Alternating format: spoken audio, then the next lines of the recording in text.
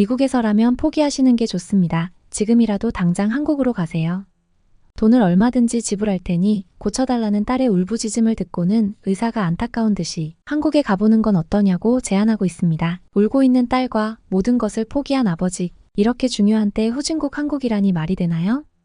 안녕하세요. 저는 미국 캘리포니아주 샌프란시스코에 살고 있는 아리아입니다. 저희 아버지는 실리콘밸리에서 IT 사업체를 성공적으로 이루신 자수성가 사업가이십니다. 아버지의 사업체를 이어받기 위하여 현재는 샌프란시스코 골든게이트 대학에서 경영학을 공부하고 있습니다. 젊은 시절 여러 번의 사업 실패 후에 지금은 주목받는 IT 기업을 운영하고 계신데요. 어린 시절 저는 늘 도전적인 아버지의 모습을 보며 자라서인지 저 역시 아버지의 피를 물려받아 다양한 시도를 하며 전 세계를 여행하는 꿈을 꾸는 당찬 학생이었습니다. 여러 번의 사업 실패 때문인지 아버지는 주변 사람들을 잘 믿지 못하셨던 것 같아요. 실리콘밸리의 유명 사업가들은 전부 일중독이라고 합니다. 저희 아버지 또한 그러셨고요. 일과 생활이 분리되지 않은 채 오랫동안 일을 하셨던 아버지는 언젠가부터 눈에 띄게 수척해지시곤 했어요. 계속되는 사업 확장에 건강을 잘 돌보시지 않았던 아버지는 말수가 적어지고 야외 활동도 거의 안 하시게 된 걸 생각해보니 몇 년이 지난 것 같네요. 어머니와 저는 걱정을 많이 했지만 아버지는 워낙 건강하고 튼튼한 체형이셔서 건강에 대한 자부심이 있으셨던 것 같아요. 전혀 몸을 돌보지 않고 밤낮 없는 사업체 미팅과 여러 나라를 오가며 컨퍼런스에 참석하시느라 몸을 돌보실 경황이 없으셨던 걸까요? 워낙 독단적인 성격이셔서 어머니 말을 잘 안 듣고 식사도 매번 대충 때우고 건강식이라곤 생각해보지 않았다고 합니다. 젊은 시절 풋볼 선수를 하셨을 때의 사진을 보면 지금 현재 아버지의 가느다란 다리와 튜브를 낀 것 같은 뱃살이 전혀 매칭이 되지 않아요. 이젠 좀 쉬면서 운동도 하시고 건강을 돌보시라고 엄마가 늘 잔소리를 하셨지만 아버지는 집에서도 끊임없이 일 생각만 하시곤 했어요. 그러던 어느 날 아버지가 회사에서 쓰러지셨다는 이야기를 듣고 엄마와 저는 너무 놀라 병원으로 부랴부랴 달려갔는데 아버지는 지금 피수치가 너무 낮아 긴급 수혈을 받아야 한다는 거예요. 평범한 사람이 보통 12의 수치를 보인다면 조금 부족한 상태가 9 정도이고 그 아래는 빈혈 진단을 받는다는데 저희 아빠는 5.5라는 수치가 나와 매우 위험하다는 거예요. 면회도 할 수 없고 긴급 수혈을 해야 한다니 그렇게 건강했던 우리 아빠가 왜 긴급 수혈을 하고 회복이 되신 아빠를 마주하니 눈물이 펑펑 쏟아지며 원망스러움이 가득했어요. 왜 이렇게 자신을 돌보지 않은 건지 어떻게 그렇게 건강하시던 아빠가 긴급 수혈을 받을 정도로 몸이 쇠약해진 것인지 말이에요. 일단 의사 선생님의 말대로 검사를 진행하기로 했는데 몸속 어딘가에서 피가 흐르고 있다는 것은 아무래도 암에 진행된 환자에게서 나오는 특징 같은 것이라는 이야기를 듣고 엄마와 저는 경악을 금치 못했어요. 그러고 난 뒤 엄마가 이야기하셨는데 어느 날인가 아빠가 끊이지 않고 몸의 곳곳에 꾸준히 멍이 들었던 것 같다는 말씀을 하시면서 그래 이상한 점이 있었어 라며 그때 빨리 병원에 가보라고 하지 못한 게 엄마의 잘못 같다면서 우셨어요. 바쁜 일과 속에서 당연히 아빠는 운동을 안 하셨지만 그래도 강아지를 매우 예뻐하셨던 아빠는 퇴근 후 산책하는 게 낙이라고 하셨는데 언젠가부터 점점 산책 시간이 줄고 그냥 집 앞에 앉아만 있다 왔다는 이야기를 종종 하셨다는 거예요. 그게 이상 증세라고는 미처 생각하지 못했죠. 그제서야 누워서 가끔씩 어지럽고 기운이 너무 없어. 그냥 만성피로 이련이 했다는 말씀을 하시며 그냥 나이 탓인 줄로만 알았다는 아빠의 아쉬움 가득한 말. 의사 선생님께서 그동안 증상이 어땠냐고 묻는 질문을 하시는데 저희는 너무 눈물이 나와 차마 끝까지 듣기 어려웠어요. 아버지는 계속 설사를 하시다가 최근에는 혈변도 보셨고 이전에는 계속 인스턴트를 먹어도 불편한 점이 없었는데 최근 한 1년 정도는 인스턴트 음식을 드시는 게 힘들어 소화가 안 되는데 소화제를 달고 살았다고 이제서야 이야기를 하시네요. 항상 배가 나와 있어서인지 저희 가족은 그걸 인식하지 못했던 것 같아요. 그렇게 이야기를 듣고 아버지 손목을 보니 시커먼 멍이 들어있는 게 아니겠어요? 그 누구보다 건장했던 우리 아빠가 왜 너무 속이 상했는데 그 후로 의사 선생님께 들은 이야기가 너무 충격적이었습니다. 암으로 예상은 되지만 자세한 검사 절차가 필요하다고 하시면서 엑스레이 촬영조차 3개월이나 기다려야 한다고 하더라고요. 이렇게까지 아파하는 환자를 3개월이나 그냥 두라는 거냐 말하니 어쩔 수 없다는 말만 돌아왔죠.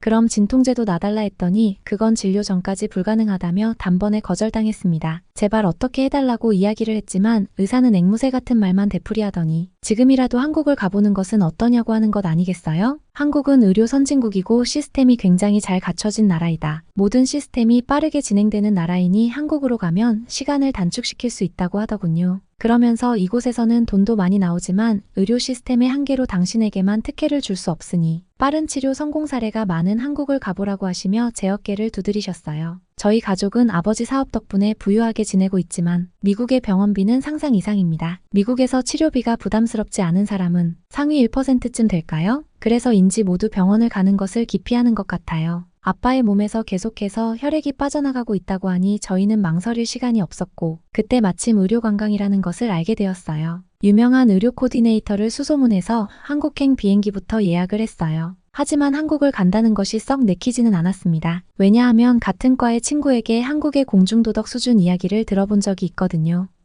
그 친구는 여러 나라를 여행한 경험이 있는 친구인데 자신이 한국에 갔었을 때 온갖 쓰레기가 길가에 널브러져 있었고 길거리에서 이상한 냄새도 많이 나고 정말 끔찍한 경험이었다고 2번 다시는 한국 같은 곳은 가기 싫다는 말을 들은 적이 있었어요. 그러면서 반면 옆 나라인 일본과 비교하면 일본은 사람들이 껌도 바닥에 안 뱉는 깨끗한 나라라고 이야기를 했습니다. 그래서 일본은 가도 한국은 가지 않겠다 생각했던 적이 있는데 그런데 이런 나라 의료 관광을 가야 한다는 현실이 믿기지가 않았습니다. 하지만 선생님의 추천도 있었고 이곳에서 발만 동동 구르고 있을 수는 없지 않겠어요? 당장 의료 코디네이터를 섭외해서 대화를 해보니 점점 한국에 대한 믿음이 생기기 시작했습니다. 그녀의 말은 외국 부호들 사이에서도 아프면 강남이라는 말이 있다고 하는군요. 한국은 수가가 낮아 의료비가 저렴한데도 불구하고 첨단 의료 기술을 보유하고 있고 환자의 대기 시간도 짧다는 거 아니겠어요? 그는 한국의 환자 1인당 의사 수가 전 세계에서 제일 많은데 이는 의료 접근성이 세계적으로 월등하다는 것을 의미한다고 한국의 기대 수명은 굉장히 빠른 속도로 증가해 현재는 OECD 평균보다 높다는 말을 해주었어요. 세계 최대 부호 만수르는 가족 50명과 함께 전용기를 타고 한국으로 의료 관광을 와서 병원을 통째로 빌려 메디컬 투어를 한다는 말도 함께 들려주더군요. 이 말을 들으니 한국에 가야겠다는 쪽으로 마음이 기울기 시작했습니다. 하지만 한국이 이런 기술력과 시스템을 가지고 있다면 옆나라 일본은 더 나은 기술과 시스템을 가지고 있지 않을까 싶더라고요. 그런데 그런 저의 의견에 코디네이터는 정말 단호하게 전 세계에서 이런 시스템과 기술을 가지고 있는 나라는 한국뿐입니다 라고 대답했습니다. 한국은 검사를 받으면 모든 과정이 원스톱으로 진행되는데 일본은 간단한 서류 전달도 팩스나 되면 전달을 원칙으로 하기 때문에 치료를 받는 과정이 굉장히 복잡하다고 했어요. 지금 제 옆에 계신 아버지를 보면 한시라도 빨리 치료를 받아야 했기에 저는 아버지를 모시고 한국으로 가는 방법을 선택했습니다. 병원에 예약이 되자마자 한국으로 떠났습니다. 저희는 한국의 국적기를 이용했는데 깔끔한 비행기 외관부터 마음에 들었습니다. 예전에 동남아시아로 여행을 간 적이 있는데 그 나라들의 국적기는 어딘가 모르게 지저분하고 냄새도 났는데 심지어 기내에서 모유 수유를 하려는 아기 엄마에게는 화장실로 당장 가라는 것을 보고 정말 이런 나라도 있구나 경악한 적이 있었거든요. 그런데 제가 오해했던 한국의 1등 항공사였던 한국 직원들의 서비스나 응대 태도는 정말 최고였습니다. 어쩜 그렇게 피부가 맑고 투명한지 저희 미국인들과는 비교도 안 되게 투명한 피부를 보고 인형인가 싶더라니까요. 백인은 피부가 하얀색일 뿐 굉장히 잡티도 많은데 한국 승무원들은 모두 다 피부가 너무 좋아 감탄했어요. 또한 그들은 유창한 영어 실력을 가지고 있었어요. 발음을 들어보면서 꽤나 유창하게 이야기하는 모습을 보니 일본 항공사 비행기를 탔었던 때가 기억이 나네요. 그때는 발음을 알아듣기 어려워 승무원에게 메모를 전달해서 소통했던 기억이 났어요. 점점 한국은 작은 나라이고 일본보다 한참 부족한 시민의식이 없는 곳이라 생각했던 제가 잘못된 사고방식으로 아버지의 치료 시기가 늦어질 뻔했다는 생각이 들었지만 빠른 선택을 한 것이 잘했다는 생각도 하게 되며 안도감이 들기 시작했습니다. 모두 긴장하고 걱정되는 상태로 비행을 하다 보니 으슬으슬하며 몸이 좋지 않아 승무원에게 약이 있는지 물어보니 증상을 듣고는 상비약과 함께 따뜻한 허니레몬티를 가져다 주며 기내식에 제공되는 음료는 아니지만 승무원들이 장시간 비행할 때 피로 회복으로 마시고 있다며 가져다 주었는데 정말 이걸 먹으니 몸이 사르르 녹으며 기분이 좋아지더라고요. 제가 몸이 불편하다고 해서인지 아버지 병간호 때문에 안절부절하는 모습을 봐서인지 이 공간의 책임자로 보이는 사람은 제게 아버지가 건강이 많이 안 좋으신지 묻더라고요. 그래서 현재 아버지는 대장암 의심 상태이며 샌프란시스코에서 검사 시기가 오래 걸려 자칫하면 치료 시기를 놓칠 수도 있다고 판단해 의사 선생님의 소견으로 한국행을 한다고 이야기했어요. 극심한 통증으로 아버지가 마약성 진통제로 버티고 있다 이야기하자 두 승무원은 심각한 표정으로 대화를 나누더니 제게 잠시 따라와 달라고 하는 거예요. 아무래도 좌석도 좁고 의자를 눕히는 것도 불가능해서 많이 힘드실 거라며 저희 자리를 업그레이드 해드리겠다고 하는 거예요. 저는 잠시 놀라서 한동안 멍했어요. 워낙 빠른 일정에 퍼스트 클래스를 예약할 수도 없는 상황이었고 여러 번의 사업 실패로 저희 아버지는 굉장히 검소하세요. 그런 우리 가족이 퍼스트 클래스는 생각도 못하죠. 가장 가까운 티켓을 예매해 비즈니스석을 탄 것이었는데 퍼스트 클래스라니. 아버지가 대장암이라는 이야기를 듣고는 저희 가족을 위해 전체 자리를 바꿔주고 싶다는 거였어요.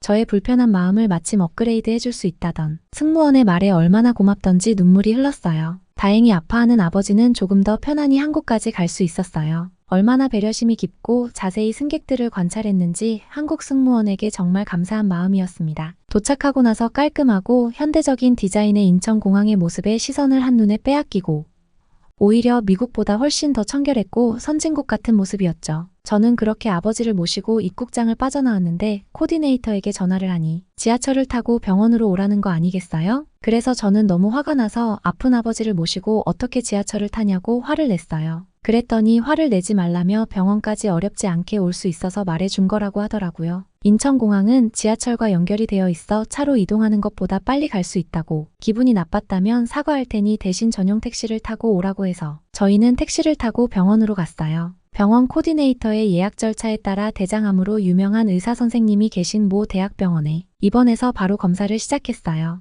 결과는 대장암 3기였습니다. 거기에 아빠는 당뇨병과 고지혈증까지 판단을 받으셨고 최대한 빠른 수술을 진행한다고 전문 의사 선생님과 각과의 담당의들이 저희 가족을 둘러싸고 어떻게 수술이 진행될 것인지 안심시키며 설명을 해주었어요. 긴 비행 후 아버지는 검사까지 마치고 나니 정말 마음이 너무 힘들었는데 한국의 친절함과 굉장히 빠른 시스템에 감탄이 나오더라고요. 통화로 이야기했던 코디네이터를 만나니 저와 엄마를 안심시키며 제게 말해줬어요. 암으로는 최고의 권위자이신 선생님이시니 수술 결과는 걱정하지 않으셔도 된다. 사실 한국에서는 대장암이 흔한 병으로 많이 발생되지만 예후가 아주 좋다. 너무 크게 걱정하는 것은 환자에게도 좋지 않으니 좋은 기운으로 간병해주길 바란다는 아주 신뢰감 있는 이야기를 해주셨어요. 병원 코디네이터의 일사천리 일처리로 아버지는 빠른 수술을 받을 수 있었고 회복 또한 아주 잘 되고 있었어요.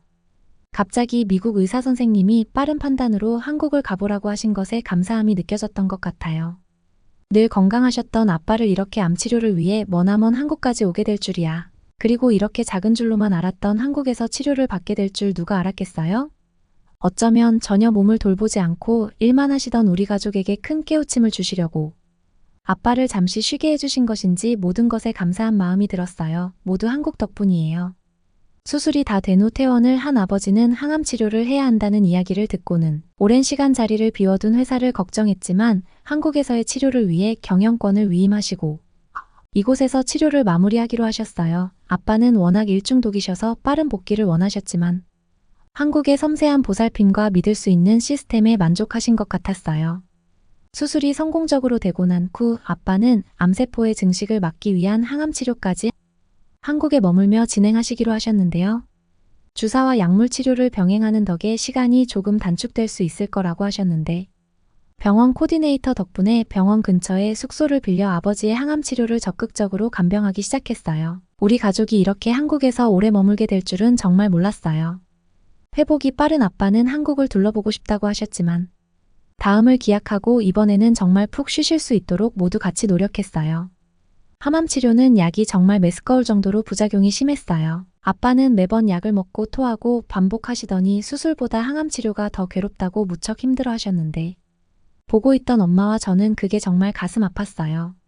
아버지는 손발이 매일 빨갛게 퉁퉁 붓고 가려움에 힘들어 하셨어요. 주사 치료가 있는 날은 병원에 입원하셨는데 토하고 정말 고통스러워 하신다고 제발 어떻게 좀 해달라고 했더니 그때마다 병원에서는 약도 바꾸고 용량도 조절하며 세심하게 케어를 해주셨어요. 항암 성분이라는 게 대부분 암세포를 억제할 뿐만 아니라 정상적인 조직과 세포까지 압박하기 때문에 일상생활에서의 고통이 상당히 심했어요. 수시로 구토를 하고 복통과 설사 변비에 시달리며 방사선 치료로 인한 피로감과 식욕부진에도 시달렸죠. 그때마다 병원 코디와 간호사님들의 긍정적인 태도를 보며 저희 가족은 많은 위로를 받았습니다. 제가 친구에게 들었던 그런 시민의식이 부족하고 지저분한 후진국이 아니었어요. 당장이라도 그렇게 말했던 친구에게 달려가 따지고 싶을 정도였어요. 오랜 시간 한국에 머물며 경영권을 놓은 아버지는 회사를 많이 걱정하셨는데요.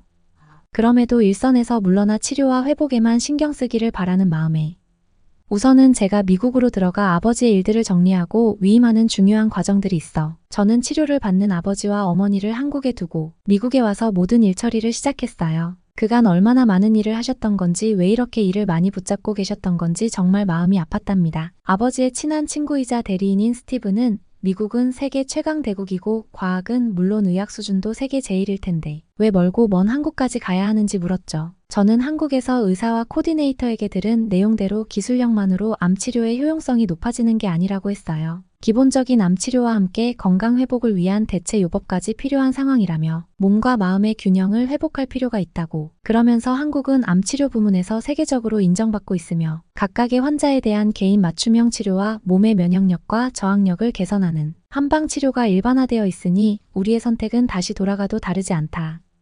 나를 도와 이곳을 잘 지켜달라는 이야기를 전달해드렸어요. 더욱이 미국과 달리 암 치료를 받는데 걸리는 대기 시간이 없고 전문 의료 인력과 최첨단 병원 시설을 갖추고 있어 미국의 웬만한 병원에서 받는 의료 서비스보다 한 차원 높은 치료를 받을 거라고. 아버지가 빨리 회복될 수 있기를 기도해달라고 말이죠. 스티브에게 모든 것을 위임하고 저는 다시 한국행 비행기에 탔어요. 아버지의 상태가 많이 호전되고 항암 치료가 거의 마무리되어 갈 때였어요. 다시 탄 한국행 비행기는 여전히 깔끔하고 위생적이며 기분이 좋아지는 곳이었어요. 제2의 고향처럼 한국이 이렇게 그립고 반가운지 가는 내내 설레이기도 하던걸요. 한국에 도착해 저는 그때 코디네이터의 말을 듣고 지하철을 타보기로 했어요. 그런데 맙소사. 제가 화를 냈던 것이 정말 무한할 정도로 공항은 지하철과 바로 연결이 되어 밖으로 나가지 않아도 되는 구조인 거예요. 그제서야 왜 병원 코디네이터가 한국에 처음 오는, 그것도 아픈 사람이 함께인 우리에게 지하철을 타라고 알려준 것인지 이해가 되며 미안해지기 시작하더라고요. 화를 내던 저에게 별말 없이 전용 택시를 불러주고 안심시키던 코디네이터의 응대가 다시 한번 고마웠어요.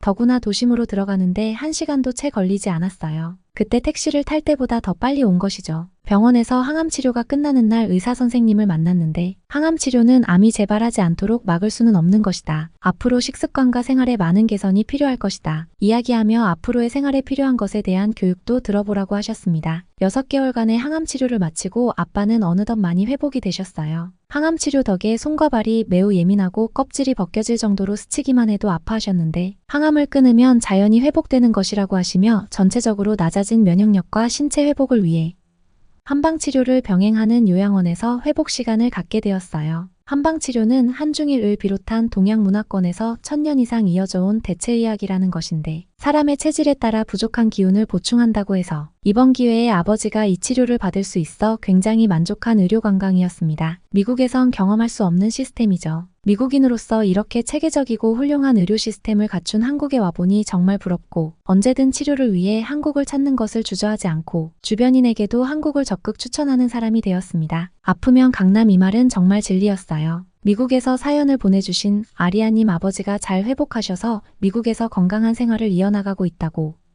한국의 의료 서비스는 전 세계 최고라는 사연을 적은 감동적인 이야기였습니다. 매년 늘어나고 있는 한국 의료 관광객, 최첨단 의료 장비 및 시설, 합리적인 가격은 어느 곳도 비교가 어렵다고 합니다. 한국은 의료기술 선진국으로 특히 주요 암의 경우 5년 후 생존율이 73%에 달한다고 하는데요. 이러한 기술력에도 미국과의 건강검진 비용 차이는 10배가량이라고 합니다. 뛰어난 기술력으로 OECD 국가 중 가장 저렴한 의료비의 한국이 왜 인기인지 잘 아시겠죠? 사연 들어주셔서 감사합니다. 오늘 하루도 행복하세요. 좋아요와 구독을 눌러주시면 영상을 제작하는 데 많은 힘이 됩니다.